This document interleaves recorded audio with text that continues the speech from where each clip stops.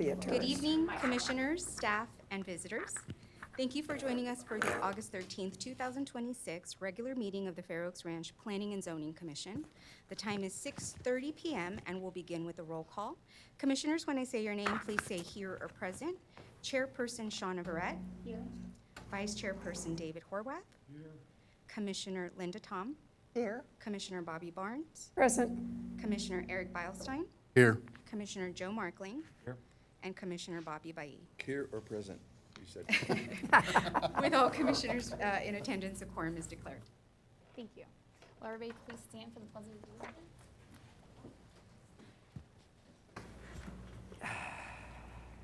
I pledge allegiance To the flag of the United States of America and to the republic for which it stands, one nation, under God, indivisible, with liberty and justice for all. You may be seated. First on our agenda tonight is citizens to be heard. There's some ringing or echoing back. Oh, I'm sorry. Okay. So first on our agenda tonight are citizens to be heard, and no individuals have signed up to speak during the citizens to be heard. Is there anyone that is present that would like to address the commission? Okay. So we have nobody who to speak. So next on our consent agenda, we have two set meeting minutes on our consent, which are approval of the January 8th, 2026 P&Z meeting minutes and the approval of the July 9th, 2026 P&Z minutes. These items are considered routine. Does any commissioner wish to remove any item from the consent agenda for separate consideration? Okay. Hearing no objections, the consent agenda is approved as presented. The next item is the public hearing to receive public testimony regarding proposed amendments to the City of Fair Oaks Ranch Unified Development Code. The time is now 6:32, and I hereby open the public hearing. At this time, I will turn the floor over to Jessica, our city planner, for a presentation on the proposed amendments.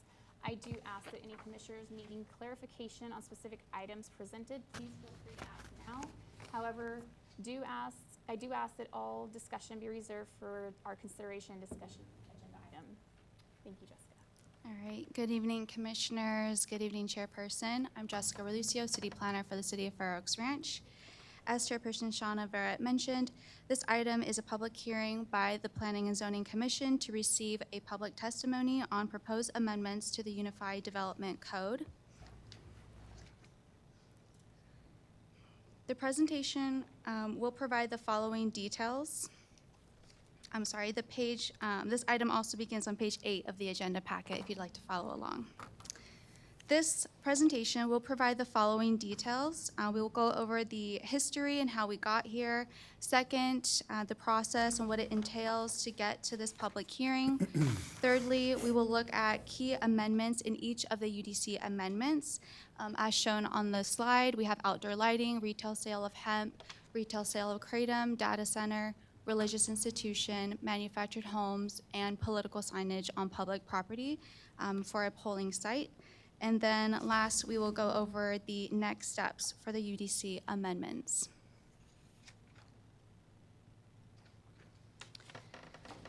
First, for some background, the proposed amendments have been developed through community feedback, workshops with the Planning and Zoning Commission and City Council, as well as ongoing review of the Unified Development Code, recent legislative changes, emerging land use issues and trends, and identified opportunities to clarify and improve the city's regulations.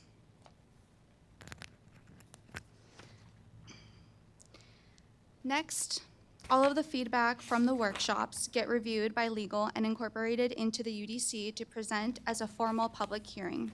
Because some of the amendments require updating the zoning regulations under the local government code and the city's UDC, specific public notices must be given within a certain time period before a public hearing, and this includes posting on a website. We did that on July 24th, releasing a newspaper notice on July 26th, and also delivering a legal non-conforming letter to the property owner and business owners, and that was July 31st.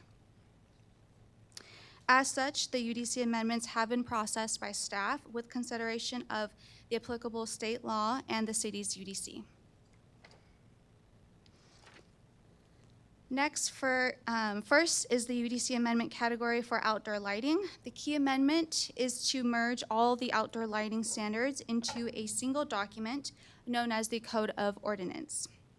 This is for consistency, clarity, and ease of reference rather than duplicate sections in the UDC and the Code of Ordinances, which is in the existing code currently. And so in doing so, the key clarifications in the Code of Ordinances will be to cease recreational lighting at 10 p.m. rather than 11 p.m., and then also have motion censored lights illuminate for 5 minutes at a time rather than 10 minutes. Also, the last thing for outdoor lighting is the dark sky community, and it's recommended that we complete the amendments here for the UDC and then pursue for the International Dark Sky Community recognition formally, and then follow up with any grant opportunities for that process as well.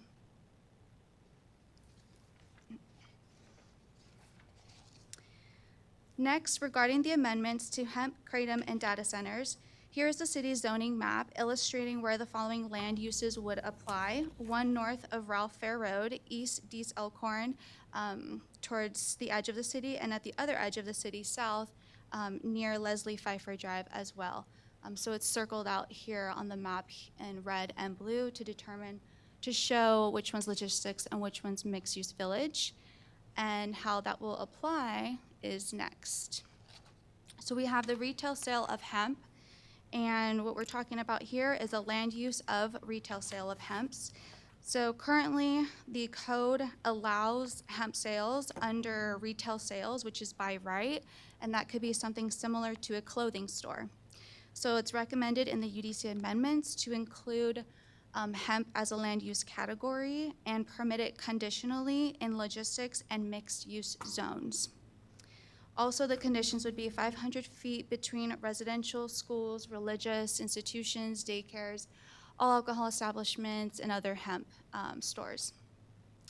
And then there's an exception to that, which would be incidental use. So a business can be within that 500 feet if they only have 20% of the gross square footage of the store display area.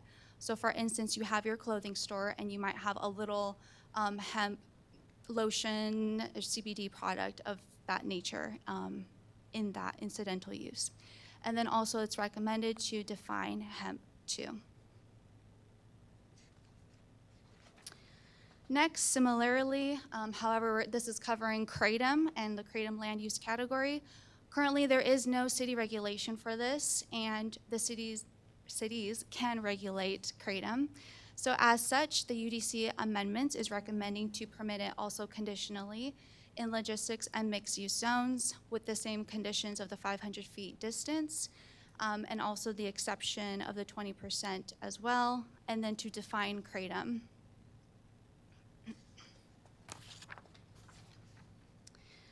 Now, for data centers and their land use regulations. Currently, the land use category there's no land use category for data centers. So as such, it's recommended to add a category for it to permit it with a special use permit in the logistics zone. So it'd be allowed only in logistics zone. And the special use permit would require to submit all of the different reports, environmental reports, noise, vibrations, and then it would have to go to a public hearing for P&Z and City Council in order for any project to go through. So it's recommended to have it go through that special use permit process. And we also defined data center as well.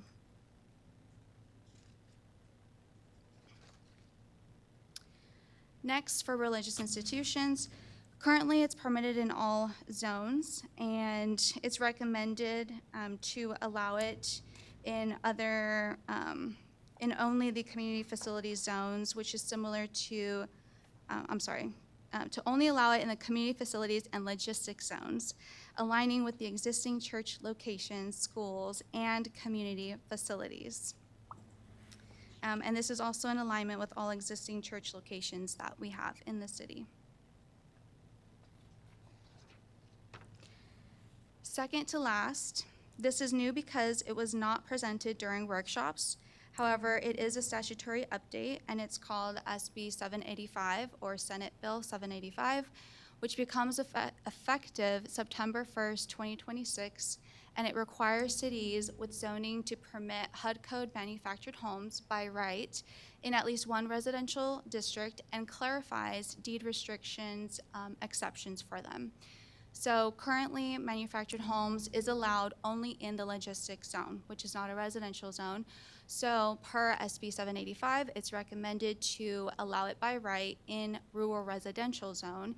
And then we further clarified the definition to include the deed restriction exceptions per SB 785.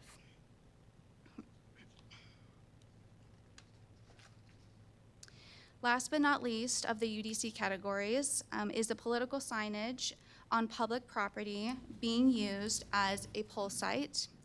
Currently, the code has a broad use of 3 signs per candidate during the voting period, and how signs must be removed 3 days after voting, and then the pole diameter of 1 foot, and then a maximum of 36 square feet per sign. The UDC amendment recommendation is to allow a maximum of 3 signs per candidate or measure, and then to place no earlier than the day before the voting period, and then also remove the day after the voting period, and then also further define political sign, and including tents and canopies, and then amending the 1 foot diameter to 1 inch diameter or equivalent for a pole or stake, and then the maximum signage to be 4 square feet per sign.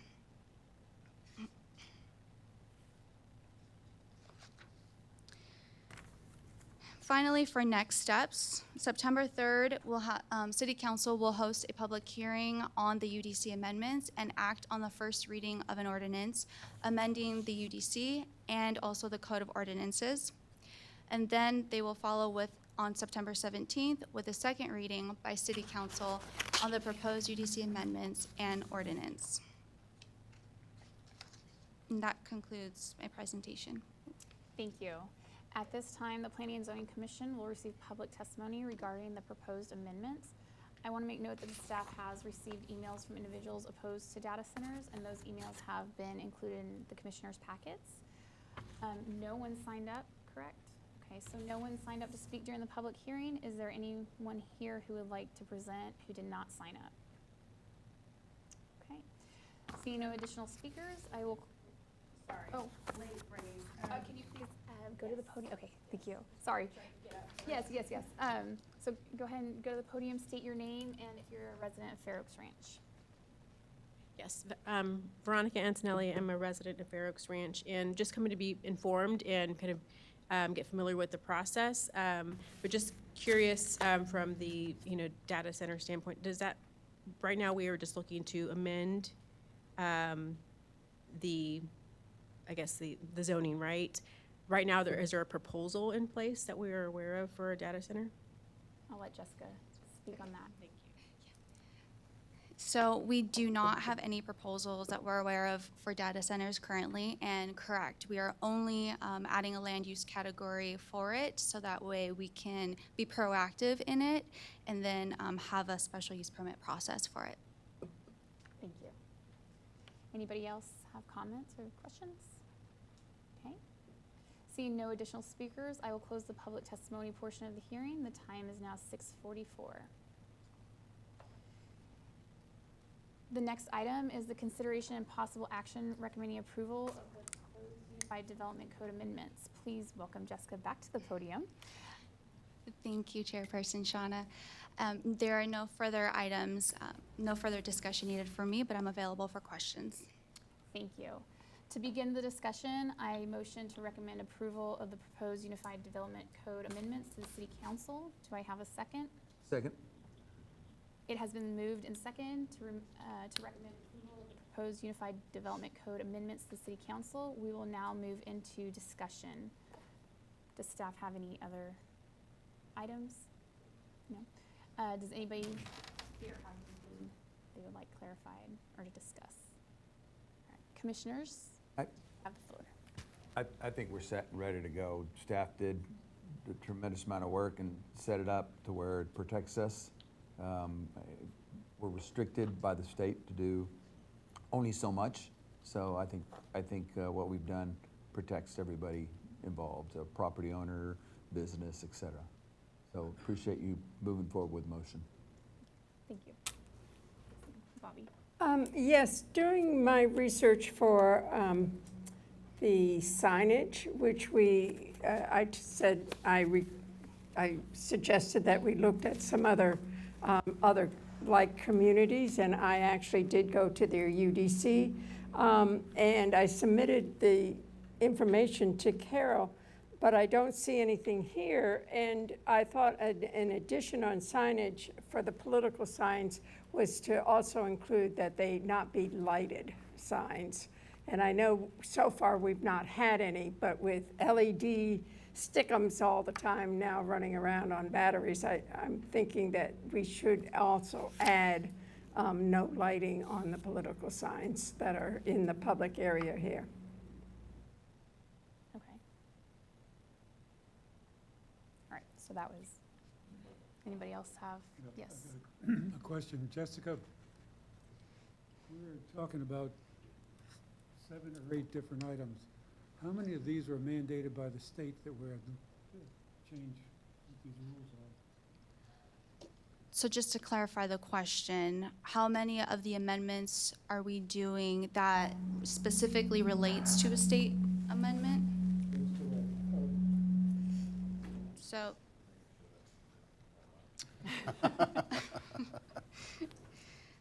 For that, it would be, Who's that? Who's that? for certain, it would be the manufactured home, the SB 785 one. And then also, just in general, there's been trends going on. So we have, hemp, kratom, and also data centers have been just more of a trendy kind of land use. And so it's not, there may be some kind of works in the process for it. Yeah. So it just brings us more in line with the mainstream. Correct. There's also a lot of mainstream as far as like cities out there that are having to react to a lot of data center projects. So in the case, currently there's one primary logistics parcel, and that's the only place where it would potentially be able to go. So, and again, I believe that there's already some mind for something in plan for that development area. How much land is it? That size of that parcel isn't anywhere close to big enough to support anything data center. The fact that we have it in there as a special use, right now, what we have is the Cedar Fair Oaks Ranch. 20 years from now, we could grow and expand and whatever. But the parcel that's there, it makes sense. Data centers are 200,000 and 300,000 foot buildings. Typically, it wouldn't make any sense to be proactive and create a special use. That's a hard thing for a developer to get through in any jurisdiction, especially. Bobby? And to help answer Commissioner Horvath's question or request about the state procedure, state requirements is, I think when we discussed at the last meeting, it was about the state requires us to have some option for them because it's not something that's been, at this point, proven unsafe or illegal. So we had to at least come up with some option should somebody come and say, where in Fair Oaks can we set up a data center? And we said, over here, and as Commissioner Joe's saying, it's going to be impossible. So I think we're doing the right thing and following that state requirement and sending it in this area that it probably won't happen, but you never know. You can have 50 stories on a 10 square foot footprint. Yeah, a tower. I would doubt we would approve a special use permit. Correct, and it still has to go through the special use, correct. Worry about aircraft. Yeah. That's it. And it's right next to the base too, so they're gonna have to get lighting and, yeah, it's next to the, yeah.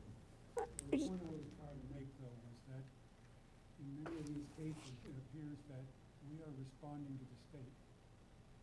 So we have to do something one way or another for virtually every one of these items.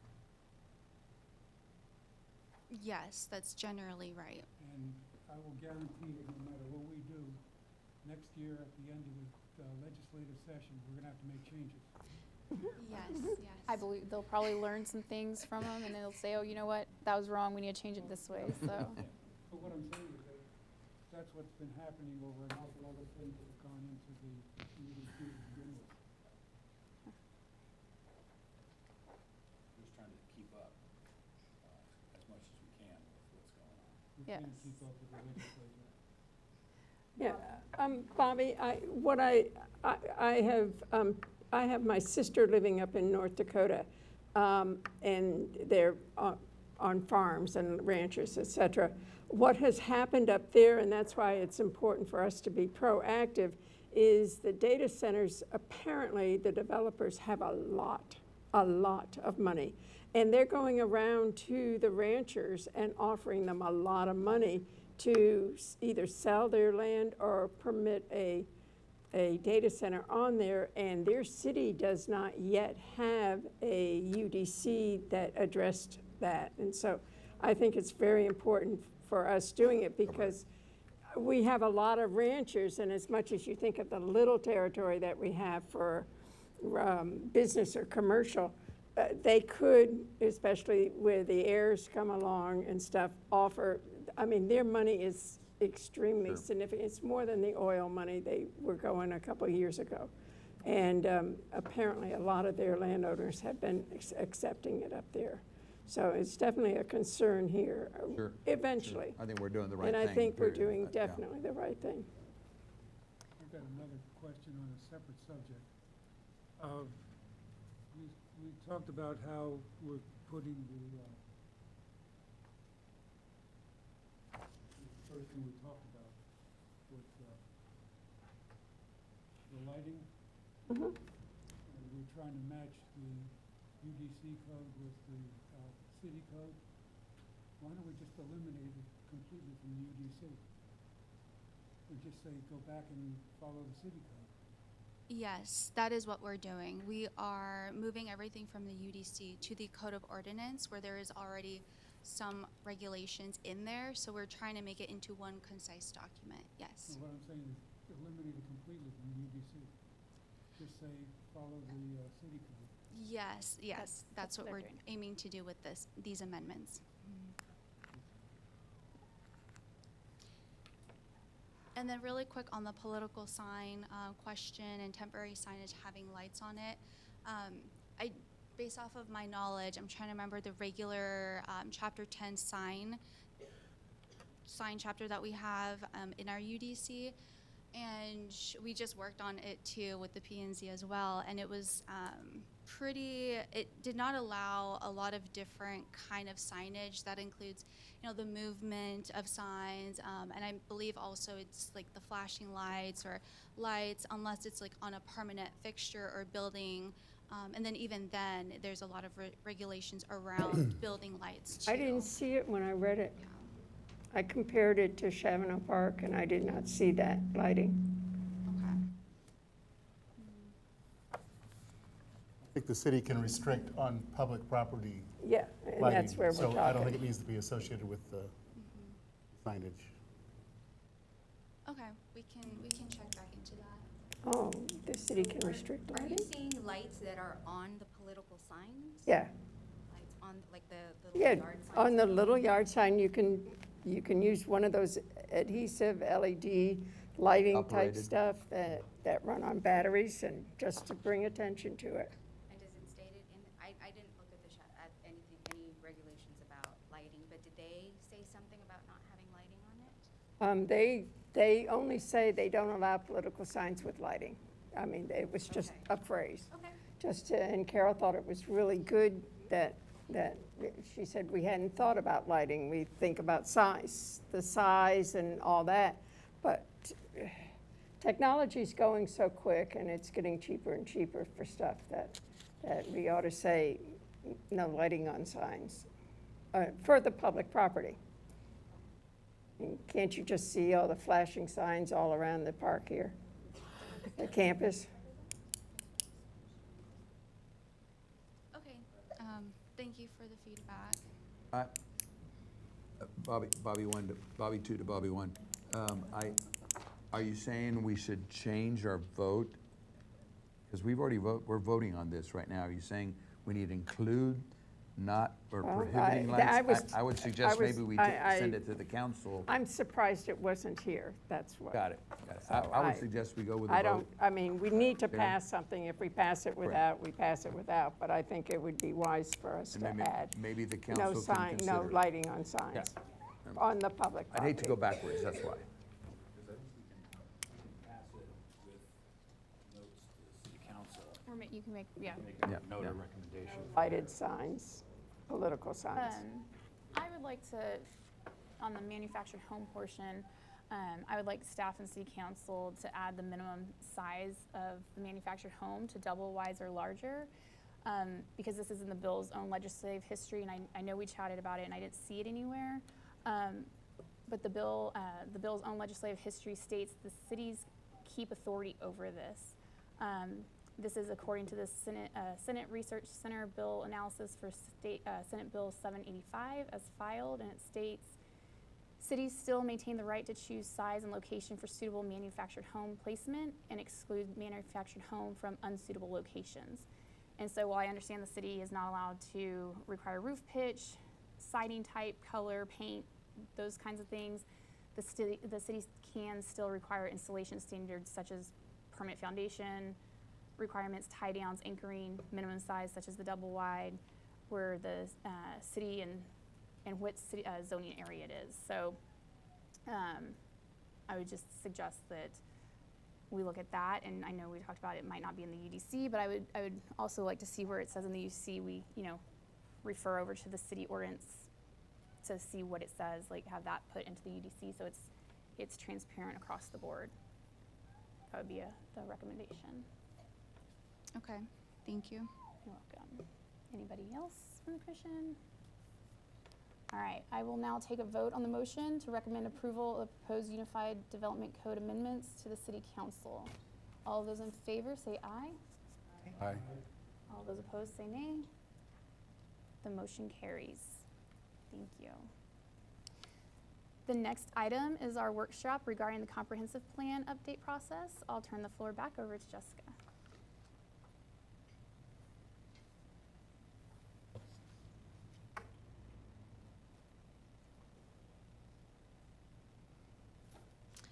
Great. Thank you, Chairperson, and good evening again, everyone. Jessica Relucio, City Planner for the city. This item here begins on page 43 of the agenda packet, and this workshop is for the Planning and Zoning Commission to have a complete overview of what a comprehensive plan is and to ask any general questions about the planning process, scope, timeline.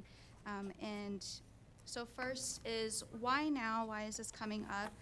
So based on the preliminary fiscal year 2026-2027 budget, staff does anticipate funding for the comprehensive plan update to be available October 1st, 2026. In preparation for this, staff is conducting workshops with the Planning and Zoning Commission and the City Council to provide background information on the project.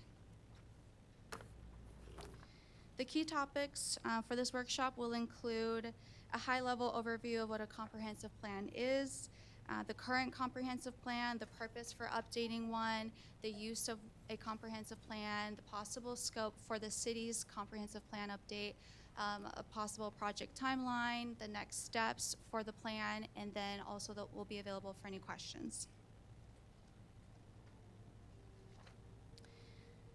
First, from a broad overview, what is a comprehensive plan and how could it matter to Fair Oaks Ranch or any city for that matter? Essentially, it is a policy document that looks 10 to 20 years into the future by developing a community vision. And in doing so, we also set goals and objectives and policies to make that vision come into real life. And then also, the comprehensive plan is a framework for zoning and future development too. It also integrates strategic and other master plans within the city so that it all works together. And then it will provide implementation strategies with specific goals, action items, responsible parties, in order to try and make some of these goals and objectives possible. Oh, also, the policy document can range from 20 to 200 pages, but that depends on the level of detail, and it depends on the size of the community too. So currently, the city's existing plan is about 50 pages long, and it covers 8 key focus areas, which are also known as elements, as shown here on the slide. And that includes like natural and man-made constraints, annexations, future land use, transportation, parks and trails, water and wastewater, drainage, implementation for any of these policies. And then there's also maps within the plan too. That includes a future land use map, commonly known as FLUME, a transportation map, and a trails map as well. So if we already have one, what's the purpose of updating one? So the purpose is to meet best practices in the industry. A plan should have periodic progress reviews and be updated as necessary depending on the regional growth. And so if there's more growth in an area, it's more common to have it updated more frequently as well. Or if there's less, then you don't have to do it as frequent. And then by updating the plan, we can reflect on current and anticipated conditions. And what does that mean? It means we look at our population demographics, we look at our housing, our development, businesses, roads, traffic, drainage, community character, just to name a few. And then in updating the plan, it will embody the vision of the city residents as well. And so lastly, all of this will target major issues of short and long-term and just overall guides different kind of plans that the city has, including like the strategic plan. Next is how is a comprehensive plan used? So specifically, it's used by refocusing the community, refocusing with the community desires and requirements for future development plans and city capital projects. It identifies areas for growth, preservation, redevelopment, transition, and guides zoning. And also, in a nutshell, a comprehensive plan is used as a decision-making tool or reference guide that holds overarching policies while evaluating future development.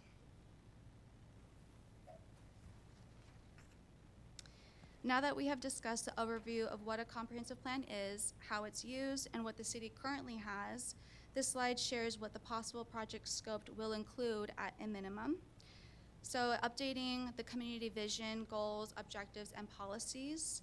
And so while the outcome may be the same of what we have, we just want to ensure that that is correct and go out to the residents and ask everyone who we are, what we are, and get familiar with current time. And then also, we have to consider different elements as well. So there's various kinds, and that can come up and be worked throughout the planning process. So it might include something such as public infrastructure, land use, economic development, environmental protection, parks and recreation. There's also transportation, housing, community character and design, and future growth areas too. So as a result, there may be capital improvement projects here to help implement the vision or specific implementation strategies with action steps. And last but not least, the most exciting part is the community engagement. So throughout all of this, and I'll get more into it in the next slide too, there will be outreaches with the community that includes workshops, stakeholder meetings, community surveys, and just constant updates of the progress of the project. So how would that look? So we have here the project timeline and potentially what it would look like. We have maybe about 5 phases here. The first one, most importantly, would be who we are. We have to identify the history, the background, population, demographics, housing, like family units. Are we mostly consisted of families, or are we mostly consisted of young professionals, things of that nature? And then once we determine who we are, we go into a city vision and what we want to become. And in doing so, we want to check back with the community and just ensure that we heard what everyone has to say. We want to make sure that it's going to be right and suited for us at the city, and it's going to meet the vision of who we want to be. And so again, that's going to be done through all the different community workshops that we'll be having. And then once we do all of that, we'll have the implementation strategies, as I've mentioned, and then draft plan and final plan. So all of this can take maybe about a year, year and a half. It really just varies on the depth of collaborating with the community, staff, making sure that we get what we have correct. And then, so that's pretty much all of that in a nutshell.